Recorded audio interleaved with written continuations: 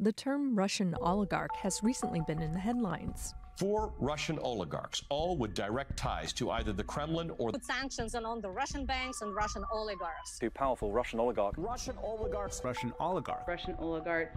But what exactly is an oligarch? An oligarch is not just someone who's rich. It's also a person with political ties and influence. How did these Russian oligarchs get their influence? To answer that, we need to look at how oligarchs arose. The Soviet Union first allowed private entrepreneurship in the 1980s.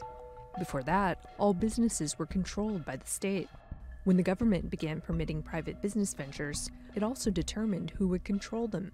For example, Roman Abramovich, then an ambitious teenager, was able to get permission to run a children's toy manufacturer. When the Soviet Union collapsed in 1991, Russian President Boris Yeltsin wanted to rapidly transform the country into a market economy. To privatize businesses, the government issued privatization checks to citizens. Those checks could be traded or sold. Wealthy citizens bought up the checks of ordinary Russians and used them to buy stock in newly private companies. The new business leaders, or oligarchs, tended to be former Soviet insiders as well as those working in the black market, the ambitious and well-connected.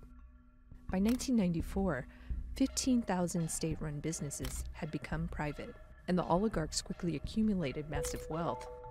In 1995, the Russian government was running short of money and asked the richest oligarchs for billions of dollars in loans.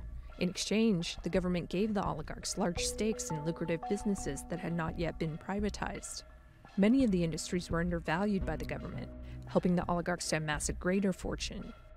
For example, Abramovich paid $250 million for a large stake in the oil company Sibneft. He sold it back to the Russian government a decade later for $13 billion, according to a BBC investigation. As part of the government deals, the oligarchs were expected to help the political elites to stay in power. They used their control of the media, banks, and other industries to ensure Yeltsin was re-elected. When Yeltsin was ready to step down, the oligarchs also helped him pick Vladimir Putin to be his successor. After Putin came to office, he shifted the balance of power among the oligarchs. Friends from his former KGB days benefited, and those who criticized him were investigated. Some, including Mikhail Khodorkovsky, then Russia's richest man, were put in jail. Those who stayed loyal, like Abramovich, were able to keep their wealth.